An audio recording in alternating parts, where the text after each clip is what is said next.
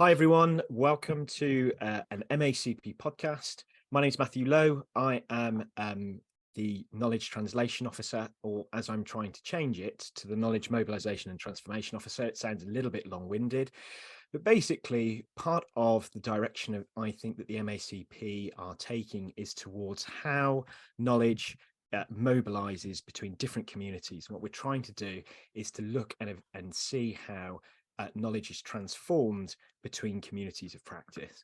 So I'm really pleased to have on the podcast episode here my friend for over 20 years. We qualified together at University of Southampton in our undergraduate studies. And it's Stuart Wildman, who is a consultant physiotherapist. I'll let him introduce himself in a second. Before we do that, I just want to mention that there is an upcoming MSK conference on the 23rd and 24th of November, of which Stuart is leading one of the breakout sessions. It's going to be an opportunity for Stuart to give people the opportunity really of getting hands-on with some of the stuff that we're going to be talking about. So we might get round to having a conversation about that as well. But before we really get into any of that, I'd just like to welcome Stuart and ask him to introduce himself for everyone. Thanks, Matt. Yeah, it's been 20 years, hasn't it? Gosh, time flies, and we've lost a fair bit of hair, although you've gained hair, I think, over that period of time. No, thanks very much for the invitation, and it's always a real privilege to, I guess, be invited by peers to come and talk about these kind of topics. My roots are very much firmly in physiotherapy, although I stretch out to lots of different professions now, which is really exciting. It's always a real privilege and an honour to be invited back, particularly to talk for the MACP on this topic. So yeah, I'm Stu. So I work as an AEPP in London at the Homerton NHS Trust, which I've done for many years in an MSK communities interface sort of service. And I also work as a consultant musculoskeletal sonographer as well in Guildford in Surrey, and I've done that for a few years now as well. So I have a bit of a hybrid existence. I also teach as an honorary lecturer at Brunel University, and we run a number of courses through the ultrasound site all around the topics of ultrasound, particularly point of care, ultrasound and guided injections and that kind of stuff. So I have quite a mixed existence, but is very stimulating. Great, thanks, Stu. And apologies, I kind of homogenized your roles there. So yeah. we all have plenty of titles. We appear to. So I'm just going to get straight off the bat, really. So could you tell the audience listening, really, your story and how you came across diagnostic ultrasound and what kind of led you up to your current situation as it is now? Yeah, so I started to get into ultrasound within physiotherapy, predominantly because of my colleagues. I was very fortunate in that colleagues were using ultrasound in the service that I work in now, and I was a more junior member of staff, and so it really sort of it came to me. I didn't go and seek it out. It really came to me, I guess, in terms of my clinical practice. And I used to see this at that point, this huge machine that looked like a small tractor in the corner of the room, and people used to talk in a language that made no sense to me whatsoever, and look at a picture that looked like a lunar landscape, and I had no idea, and I thought, I'm not sure I'm never going to be able to get a hold of this or get involved in this, and it just sort of went from there, I guess, and it became a natural kind of progression. And there was a bit of as we've talked about recently, there was a community of practice that was born essentially in East London, very much so. My more senior colleagues at that time really sort of trailblazed the route around it. We had a number of very passionately, very driven individuals who were very committed to learning and development. And don't forget, at that point within physiotherapy, there were other people who had already started the ball rolling, very much so. John Leddy, Mark Maybury, to name a few. But these guys had taken it on locally to where I was working and really started to drive the agenda with it, which was, for me, as an upcoming, I guess, MSK clinician, was very exciting. It was extremely stimulating. I recently completed my MSc at the Uni of Hearts, the MACP MSc, and it was a new thing on my radar that looked interesting and stimulating. But at that point, I wasn't totally convinced as to how it would impact my practice. I looked at this thing, I thought, oh, this is just, I don't see what I'm going to get out of this. And I also found that when I did sort of dabble with it, it was a very challenging skill. And it wasn't something that I could just pick up and put down and learn very quickly. It was clearly going to take some effort to get going with. But out of that sort of community of practice, I guess, a lot of things have sort of spawned in terms of programs and courses and education, which we'll touch on later. But that's how I initially got into it. And then I went on and did my formal training at the University of Canterbury Christchurch University, down in Kent, and completed my PG certs and started to really try and start to explore, I guess, what it could offer in practice. But one of the big things for me to start with was that it just felt like a totally different domain for a physiotherapist to be entering into. This was a traditional imaging diagnostic domain that physiotherapists were now starting to utilize in point of care. And even the educational structure around it was very much structured around more of a radiology focused curriculum and education. And I became particularly stimulated and interested because I could see the relevance of it when it blended with my clinical reasoning.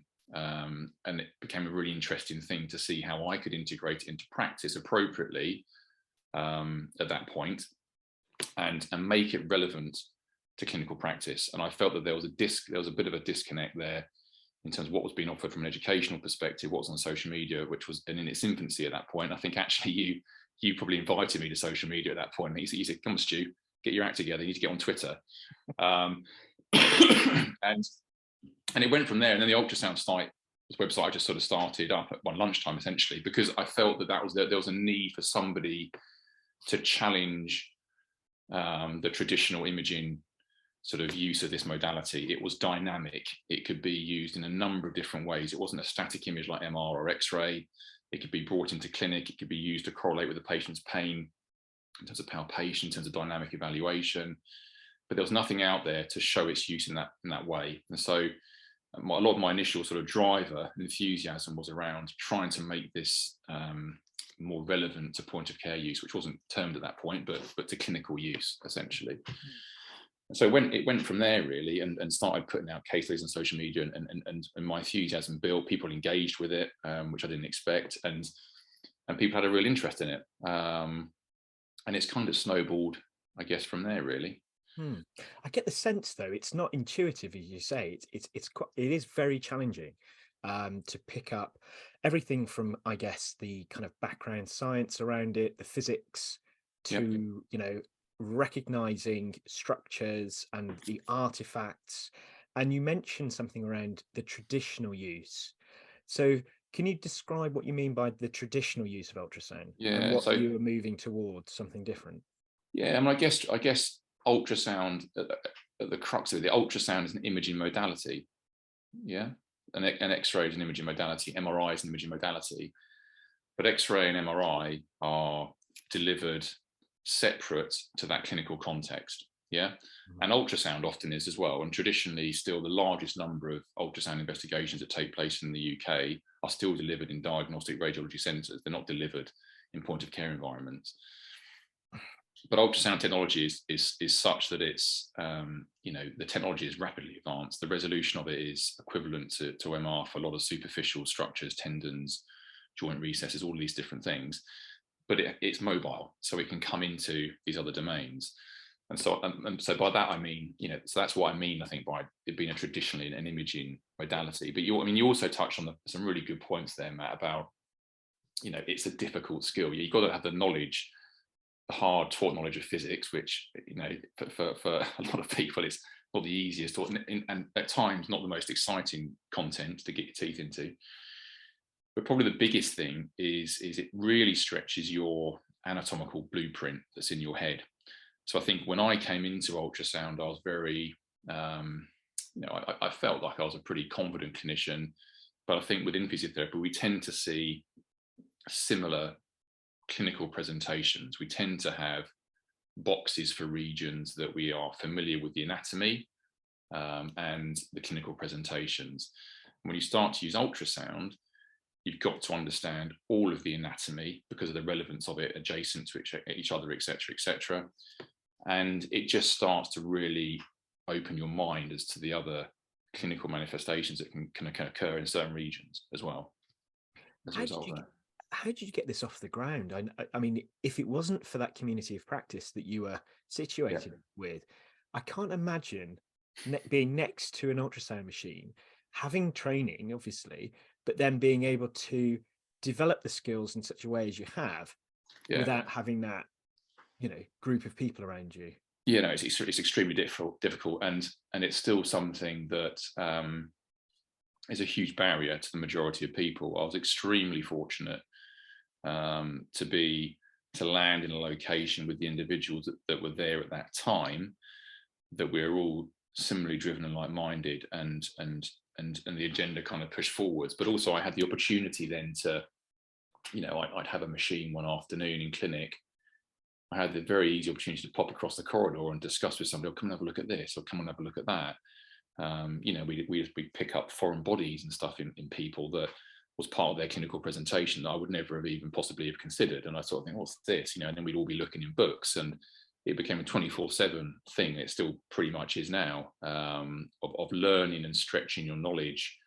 But it's not just, we touched on it earlier, it's not just about reading a textbook and understanding what something looks like pathologically. The art of it is really the integration of it into that reasoning, how you communicate, how you handle findings, all of those different aspects to it, which make it challenging but also very interesting at the same time. Yeah. So you described earlier this kind of traditional version of imaging, which kind of gives you this static and disconnected image. So say, for example, a patient has some kind of shoulder pain, a primary care clinician refers them to an ultrasonographer who doesn't necessarily know that patient's history quite so well as perhaps the primary care clinician would have picked up, has done a standard set of views perhaps, and then just reports on those set of views. Let's call that a traditional way of doing MSK ultrasound. Yep. What would you say a contemporary use of I'm going to call it diagnostic ultrasound, only to separate it from therapeutic ultrasound? I've already told you specifically this evening not to do that. So that's probably something we can open up, but you'll talk about that later. At this kind of point of care stuff, what would you say then is contemporary practice, this integration you're describing? Well, I'd like to see it come into the hands of the clinician. That's for a number of different reasons, I think. We all face these situations, and we all talk about these situations where an over-reliance on imaging in isolation can lead to a cascade of management that isn't necessarily related to the patient that's actually sitting in front of you. That happens with X-ray, it happens with MR, it happens with everything. And one of the big things that I learned, I think, from using ultrasound was that I probably was pretty naive about the role of different imaging modalities prior to that point. I often saw a report of, say, MR or X-ray or even ultrasound as absolute. And I think as I started to use ultrasound, it gave me a way of evaluating structural appearances, but also at the same time challenging other imaging modalities and the conclusions that have been drawn from it. Can you give an example? A classic example is bursitis around the shoulder, for example. Massively reported in MR, as if it's a distinct pathological presentation or clinical sort of presentation in its own right. But the reality is people are actually not totally clear cut on what bursitis is, in my opinion. And you start to appreciate that on ultrasound. So in other words, if you have 10 MRs that come back and they all say bursitis and they've been referred in for an injection, you scan them, you sort of think, well, okay, well, they all look fairly similar here, and then you scan a normal and it looks fairly similar. It starts to make you question imaging and question the relevance of it to clinical presentations and how terminology is used and the cascade of events that come off the back of it. Often it can be more interventional injection or whatever. Yeah. So I think going back to your original question about where do I see it going, I think it's all about trying to ensure that imaging is placed in the clinical context. Okay, now whether that's through greater multidisciplinary team working and closer working and coming away from those concepts of silos of practice, imaging's over here, orthopedics is here, there's community MSK over here. Greater collaboration, greater discussion and evaluation of patients' clinical presentation, imaging alongside it, I think is very positive in the future. And I think it would, arguably, it would reduce waste in systems, I think quite significantly. I think as physiotherapists, who, we're trying to set our standards really high in terms of MSK management, in terms of our autonomy, I think we're in a really unique place. We can actually start to use something like ultrasound quite innovatively and quite dynamically to try and change that aspect of things. So as you say, a shoulder pain patient comes in, or a patient with a more diffuse region of pain that clinically is just quite difficult to unpick and to differentiate. The ability to perform a quick, high resolution ultrasound of a foot or of a hand to try and glean a bit more clinical information that you either use or don't use as part of your clinical reasoning process, I think can be quite powerful sometimes to advance a patient's care. And it also, it fits with getting it right first time, doesn't it? But it also facilitates that patient's pathway. It means they're not going off to somewhere else to come back. They're not going over there to come back. I've got a difficult patient. I'm not quite sure they're going. It's difficult to differentiate it. Maybe I need some imaging here. I'm going to refer them off to there. I'm going to refer them back again. Long waits, patient delays, and again, the risk of imaging separate to the clinical context. Yes. So it's about trying to change all of those different things at once, if that makes sense. Yeah, and it makes even more sense at the moment where there are these increased weights. I guess that kind of throws up these different tensions in my mind, because as you say, there are these findings that you have to, what makes a finding significant. So the reason why I say that is that you've got, say, for example, some change in the tissue that you can see structurally. There might be some hypoechoic region, and you have to kind of make nice use of terminology. Good work there. Good homework. So, but let's say you've seen some of these changes, and then you're starting to say, okay, well, at what stage can I say that that's clinically relevant? How is that going to change the pathway? So if you've got somebody, say, with rotator cuff related shoulder pain, would you at what point would some increased fluid in the subacromial bursa or some changes in the tendon change your management? And how, can you give I know that's quite a challenging area, isn't it? And I think particularly in the context of an orthopedic pathway now, where I think there is an increased, and for good reason, reluctance to do orthopedic surgery with those patients. How does it materially change the pathway? And I know that's a bit of an unfair question, but I just wanted to kind of talk about those that kind of nuance of clinical reasoning. I think the crux of it is what you're getting at there is we're aware, aren't we, increasingly, that structural change is present in asymptomatics. And that is certainly prevalent and true with, say, degenerative rotator cuff tears in aging populations. We see it, and probably most evident and most sort of talked about is spinal changes, lumbar MRI, and how we see structural change on those sort of aspects and things as well. And ultimately, we see the same with ultrasound. And it's about how you handle those structural appearances in terms of their relevance to the patient's presentation, and don't oversimplify your clinical reasoning to base your decision making solely on those. Now, it's a difficult question to answer, because I don't think you can ever just say, right, for all shoulders it's like this, or for all shoulders it's like that. I think probably what we are starting to see is that ultrasound's ability to influence patient management is probably better in some areas than others. Personally, that's my own anecdotal experience. So things like rotator cuff, related shoulder pain, or tendinopathy, for want of a better phrase, I think ultrasound's good if there's a history of, say, trauma or suspicion of a cuff tear to rule out something more significant. But I don't think it necessarily is used to confirm or to sort of prove that there's rotator cuff related shoulder pain or tendinopathy in that example. Yeah. Having said that, you might have a clinical scenario where a patient has gone round the houses, they haven't responded to intervention and treatment, and the ability for you to communicate, to evaluate potentially sonographically, and to clinically assess at the same time, to say to a patient, look, actually, this is what we can see on the ultrasound. This is your, this is your tendon, and to actually to try and make it relevant, to normalize those findings and communicate that. Communication is key here. Can be very powerful for helping a patient engage and to take them on a different pathway.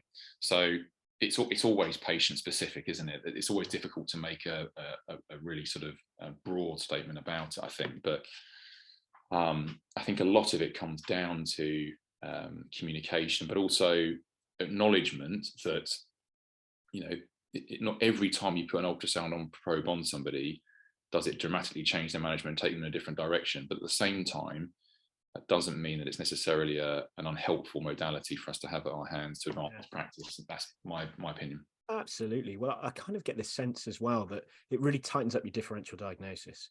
So you've got somebody who's got a range of maybe, I would say, overlapping symptoms, and overlapping and very contrasting picture clinically.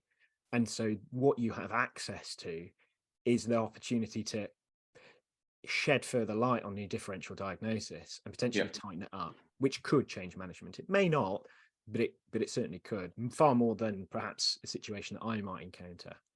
Yeah, no, absolutely. And it can be that you're using ultrasound to confirm your clinical suspicion for something that's relatively straightforward. It may be that it doesn't necessarily change what you think specifically in that moment. It just confirms your clinical diagnosis, and maybe there's a lot of other patient factors that are sort of muddying the water perhaps a little bit as well, and you can use it, as you say, to really sort of firm up things. It also potentially can throw up stuff that you don't necessarily expect, and I think one of the big things is things around like occult fractures, for example. You see patients that have a history of trauma perhaps, or an incident, they have an x-ray that's normal, but ultrasound is a fantastic modality for picking up occult fractures and just subtle cortical changes. And that's something that,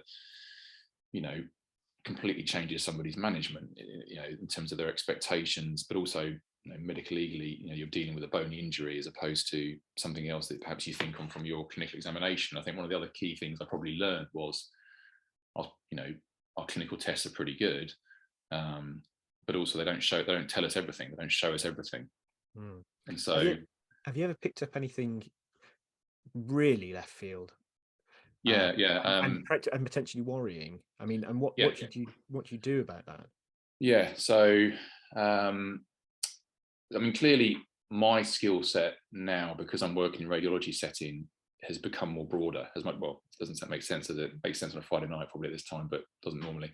It's become broader. My skill set around ultrasound, I guess, and my appreciation of musculoskeletal pathology, or just pathology that can masquerade as something that we perhaps more commonly experience within physiotherapy settings. And I always remember I had one patient, I always remember it, on a Friday morning, and they were referred with low back and unilateral leg pain. So very much your kind of bread and butter stuff, not responding, been there for a long time, was persisting, not getting better, had elements of weakness, objectively and subjectively, of his calf, of S1, and had been referred in essentially for workup for a non-responding lumbar radiculopathy, for want of a better phrase. And it just didn't quite fit clinically when I saw him. So his pain distribution was more situated around the sort of posterior thigh, which again is not unusual, granted, but it was quite focused there, and it was particularly bad at night time, which again is not unusual for neurogenic leg pain. And then it just didn't quite fit. So there wasn't a huge amount of lumbar pain. There isn't always, as we know, but lumbar range was pretty good. It wasn't massively provocative. From memory, stretch myself here, I think neurodynamics or test and SLR slump and stuff like that was reasonable. And for whatever reason, I just felt like there was something that wasn't quite right. And so I just took my ultrasound probe and scanned his hamstrings, which is not something I would ever normally do for somebody with low back pain and radicular leg pain. It's usually turned off in the corner. So I just thought I'd have a quick look through his hamstrings, and I came across a mass around his sciatic nerve, which obviously is something that I was fairly comfortable with identifying from my radiology skills, but at the same time was something that was obviously quite concerning. It wasn't something that you would normally routinely come across, but it was located, very closely, if not within, his sciatic nerve, which fitted with his symptoms and the location of where he was getting his pain. So he went on to have further investigations and things, and had a schwannoma of his sciatic nerve, and ended up having it surgically removed, and made a very good recovery actually as well. Oh, but it was one of those situations where having I guess what the relevance of it is, it gives you the ability to get a bit more information sometimes from a structural perspective. And I know we talk about structure sometimes maybe in a not necessarily a negative sense, but in a critical sense, quite rightly, because of what we've just talked about in terms of asymptomatic findings. But at the same time, I'm very much a believer of there's always a role for getting a bit more information. And ultrasound in clinic in the right hands with the right experience level can give you that opportunity to do that. And in that situation, it certainly was really useful, because I think if I hadn't, the other question is one of my colleagues said, well, what would have happened if you hadn't had that in there? I probably would have sent him for a lumbar MRI. Yeah, because he's got persisting leg pain and he had a bit of neurological deficit, and that probably would have come back normal. Well, or he may have had a unilateral disc, slightly touching on the nerve root. Yeah, and he could have had surgery and it would have made a difference. Yeah, I don't know, whatever. And that may not have helped, or it may have helped a little bit. Yeah, who knows? It must have been. I mean, we won't have time to cover that, but that's a really interesting point. But there's no physical signs. There's no physical signs of it. So often with these lumps and bumps, some of the ones I do sadly encounter are very obvious clinically. Yeah, but some of them aren't. And that's why I always stress to people who were teaching about ultrasound, and why we did this webinar recently on lumps and bumps, is at some point you will come across the unexpected. And so that's why I'm a big believer of governance and clinical governance and pathways around this stuff, because at some point you'll come across something that you don't expect to. It's good that and it's the best thing is what you can do with something before it actually happens. So I think that's a really important point that you've brought up, governance, because you have been a strong advocate for that and developed and facilitated the development of a number of stringent kind of governance things. Yeah. Would you mind telling the audience about your involvement with CASE and stuff like that? Yeah, absolutely. So we'll talk about sort of educational frameworks and stuff later, but so CASE is an organisation that basically oversees, I have to get this right, it's a bit of a tongue twister, the Consortium of Accredited Sonographic Education. I should know that much better, but I think that's it. But CASE is essentially an organisation or committee that is predominantly manned by volunteers who drive educational standards around ultrasound practice in the UK, predominantly within higher education institutions, not just MSK, abdominal, gynae, vascular, all of these different aspects. Okay, and they have a number of different member organisations that form that committee. And I'm delighted that the CSP became a member organisation of CASE, along with the Royal College of Podiatry, probably now, lost track of time, I think, as we all have, probably 5 years ago, something like that. And there's a couple of us who now sit on the committee for the CSP at CASE. And that's the first time that we've had an MSK representative on that committee. So it's really, really valuable from an ultrasound and from a sonography point of view. But it gave me a really good appreciation, I think, of standards of practice within radiology. And it became very apparent very quickly that if physiotherapists are going to start using ultrasound, then they need to be setting their bar at the same level, essentially. Sorry? Sorry, setting the bar same as. Well, same at the same level from a governance perspective, as radiology settings. So that's something I've always been really hot on and pushing, is things like what we just said. How would you deal with an unexpected finding? Infection control, image storage is an ongoing headache, but things like that are all really, really important, alongside the actual ability of a clinician to perform scans in a very competent manner, to report that appropriately, and how that's integrated then into the clinical context. We write our reports within our clinical letters. So it's all in there, embedded into it. So all of that stuff is really, really important. It's something that certainly we push really hard within the educational programs at Brunel and with the ultrasound site around governance and the importance of that. It's a drier topic, and people often want to just do more stuff around the clinical, but it's about patient safety, often the governance, and I think that's a key pillar of what we should be looking at doing. Absolutely, thank you. And would you mind if I ask you the question around, there's a topic I would say that's quite common. You see this in many different kind of domains, and that's around the topic of low value. So low value treatment, low value care, low value, and I'm sure this happens in MSK ultrasound. Can you give some examples of what low value is? What is low value from your perspective when it comes to the use of? So by low value, you mean it's not offering anything extra, right? Yeah, is that what you mean? Yeah. So I think low value practice in MSK ultrasound is when it's used in a very simplistic sense. Yeah. So when you're looking at something, the clinical reason model isn't packaged around it, and you're looking at something purely in isolation, without even a patient narrative. That's for me. That's lower value in terms of the patient's journey. Does that happen? Do MSK ultrasonographers or people who do that or request it don't even speak to their patients? I think we all have experiences across MSK services, and the variability of MSK services, where patient journeys maybe could have gone in different directions at earlier stages. If patient journeys have been listened to, and patient features have been looked at more closely.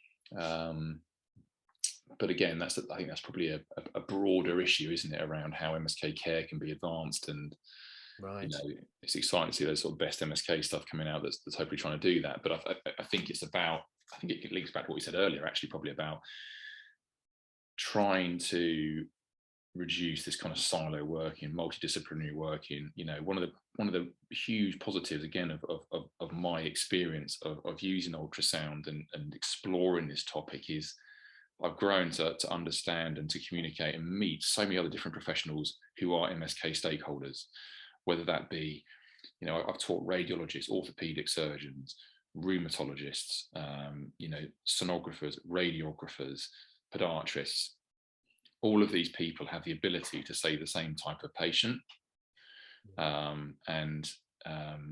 It's about, I think, importantly, an ultrasound can do this. Ultrasound can almost enable you to have this common ground to enable an open dialogue around some of these topics, which I think is really helpful. And different professions think about it in different ways. When we do some of the courses, we have guys from all sorts of different professional backgrounds. Some of the discussions are really, really interesting and challenges people's professional approaches to certain things. And it's different. We approach things as physiotherapists in one way, but another profession will approach it in a different way. So ultrasound, again, is a really interesting modality that sort of blends across disciplines, across the professional disciplines. Yeah. So you've clearly got a huge amount of experience. What do you feel are the challenges in starting this process, maintaining and developing it within your practice? Because for an individual, so let's say an audience member out there is interested and feels that this is something that they'd want to explore or get started. How do they go about it? How do you go about it? It's difficult, and there's a number of different barriers to it. But I think probably my first message is that it's getting easier, and because the community of practice is growing. So it's, the numbers of people using this now in physiotherapy is much, much more significant than it was 10 years ago, or whatever. And also, I think the opportunity for physiotherapists to use this now is growing as well. So other professions are becoming perhaps more accepting of our appropriate and high standard use of something like this. And so, the growth of POCUS, or point of care ultrasound imaging, is increasing, I would say, because I think over time other professions are happy for us to start to take this on. So I guess the first thing to say is that people who want to start doing it, next year or whatever, are in a better place than we were 10 years ago. And my situation 10 years ago wasn't reflective of the majority. It was very, very unique. But it's difficult, and particularly if you're in isolated practice or in isolated areas. And so I would say that if you're working in an MSK service where you don't have anybody else doing it, is to try and build, and again, maybe this is where the MACP, and this is something I've been trying to do for a while, is trying to build community practice across different geographical areas in the UK. And you then start to develop a self-sustaining cycle of people who can mentor.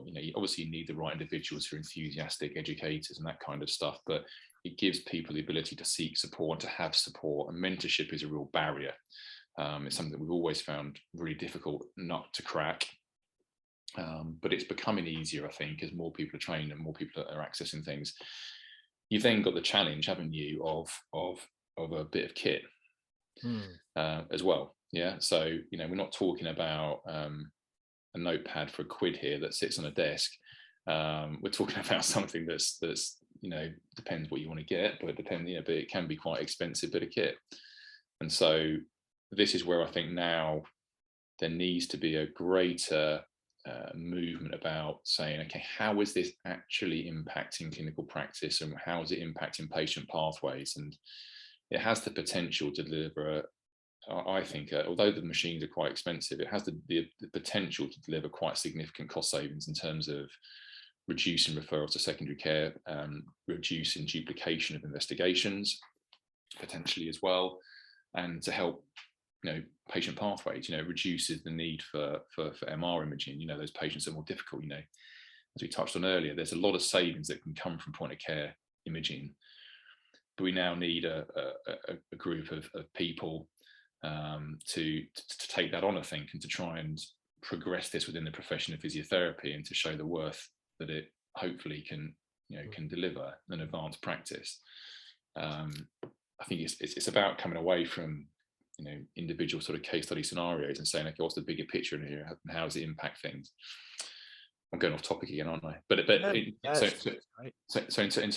terms of people who want to get going, obviously the CSP POCUS document that came out recently, which I was very privileged to be involved with, that was driven by Dr. Mike Smith over at Cardiff University, and huge kudos to Mike. I've worked with Mike through our case roles for a number of years, and he has driven the agenda silently, without being on social media for many, many years, blood, sweat and tears, I can certainly say. But he got there, and the engagement for the CSP has been really positive. And we now have something that we can actually refer to, which is incredibly valuable as a standard, which also includes things like around clinical governance as well. So if you look at there's the two different publications, and within that, it gives guidance to clinicians about educational standards of what you should be looking to try and do. And I think increasingly, probably within physiotherapy, as with a lot of our extended scope skills, such as prescribing, such as injection therapy, there is a movement towards competency-based training around this. I run a number of weekend courses and introductory courses, which are great and give people a taster as to what they can do and what they can explore with the topic. But I think increasingly it's towards more sort of competency-based training, and by that I mean a university that's assessed and ideally that's case accredited, because it gives it that level of rigor. And as somebody who's designed and gone through a case accreditation process, it certainly meets that rigor. So yeah, I mean, yeah, it's a challenge. It's difficult for people to get into it. I mean, it sounds like you certainly need that rigor, but it does sound that, say, for example, at a HEI, but it sounds like there needs to be ongoing support. It's not something that can be just carried on, I think, individually. Go on an HEI course, go through quite a rigorous process, come out, do it in practice, and there you go.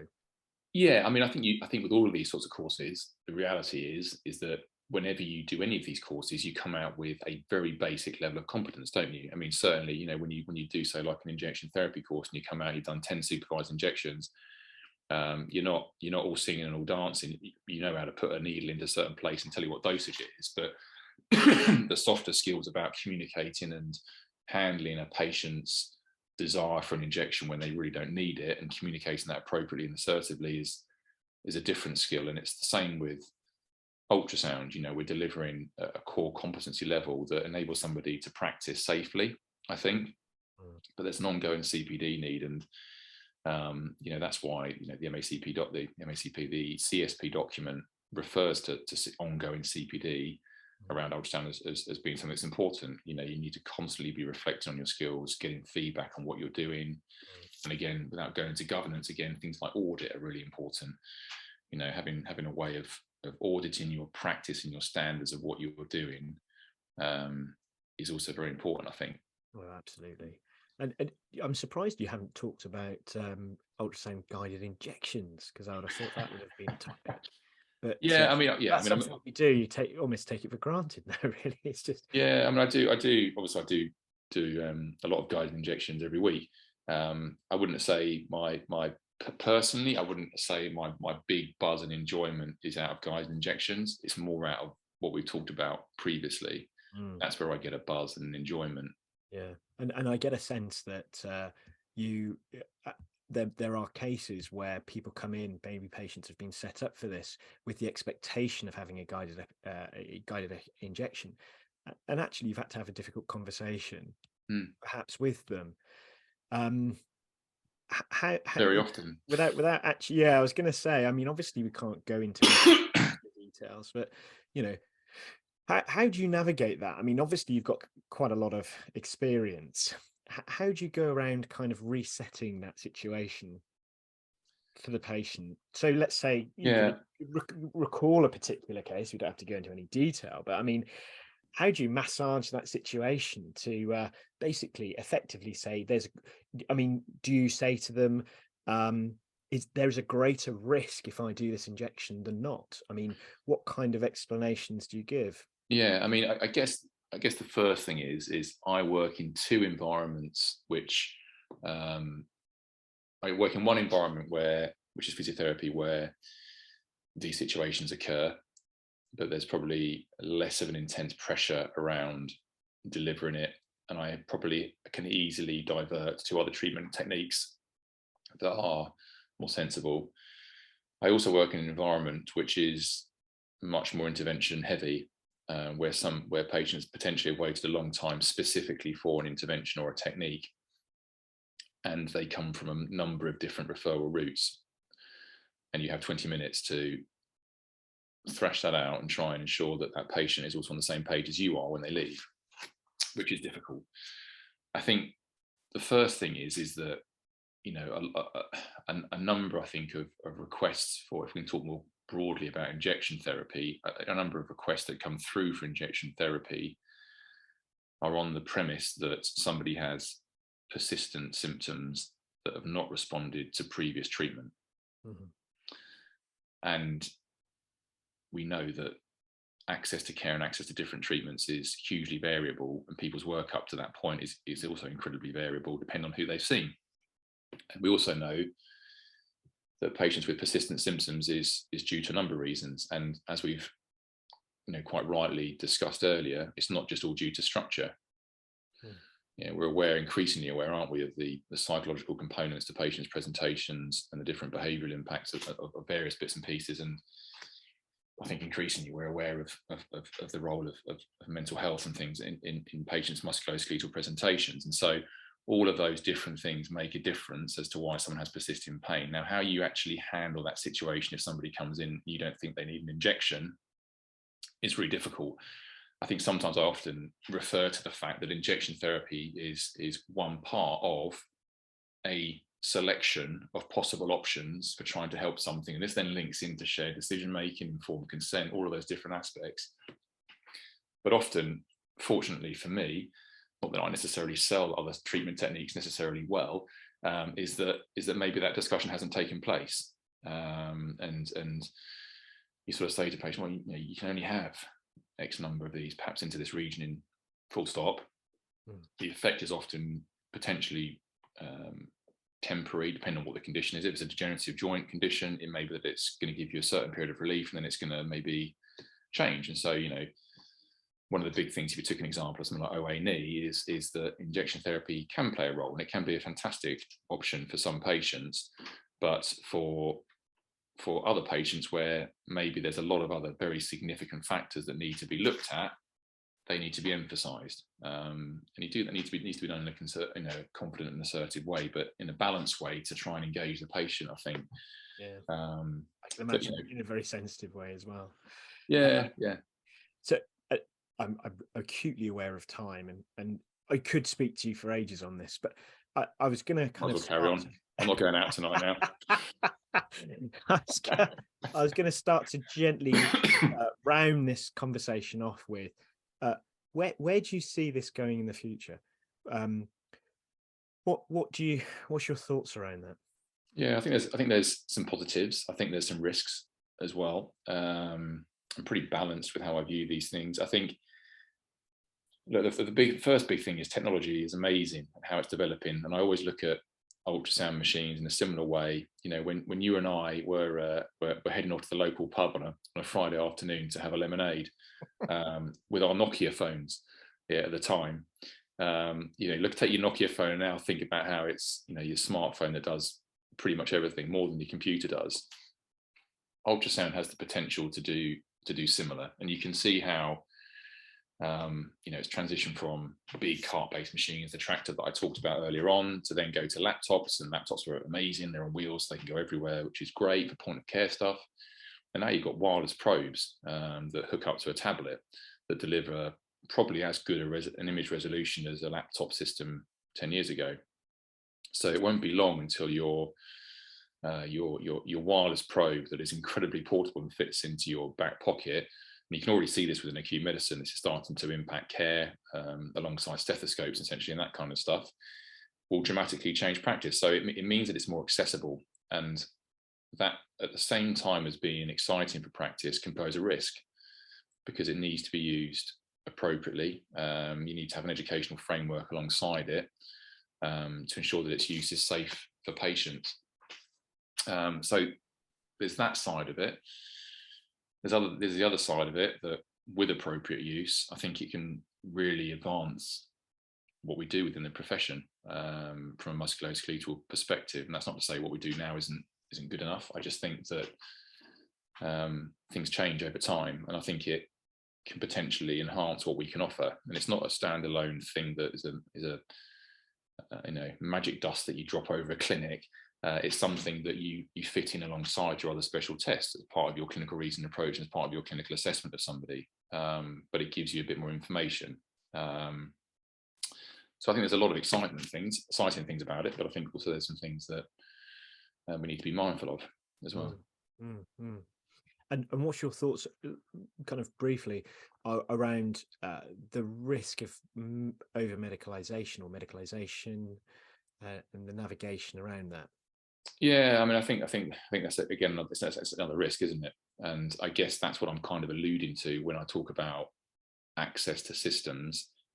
Potentially, there is a risk of over medicalization for those points we mentioned earlier. We know that structural change occurs quite normally. It doesn't necessarily link to symptoms. So without an appropriate educational framework, without an appropriate clinical experience and clinical context around it, and communities of practice and discussions and people being aware of things, then there is a risk of potential over medicalization. And essentially what you're then doing is taking more isolated imaging and putting it into a different location and carrying on with isolated imaging. And it's about trying to change that balance, I think. And as I say, innovate and do something different with imaging. Yeah. Brilliant. Well, with that said, just really want to thank you, Stuart, for your time. Pleasure. You know, you have certainly been instrumental in the development and I guess the high quality and care and attention of this particular topic area to the profession and beyond. So thank you so much from not just myself and the MACP, but for the profession. And with that, I shall draw this to a close. Thank you, Stuart. Thanks, Matt. It's been a real pleasure, and I look forward to supporting the MSCP with this topic and all their work in the future. Great. Thanks, mate.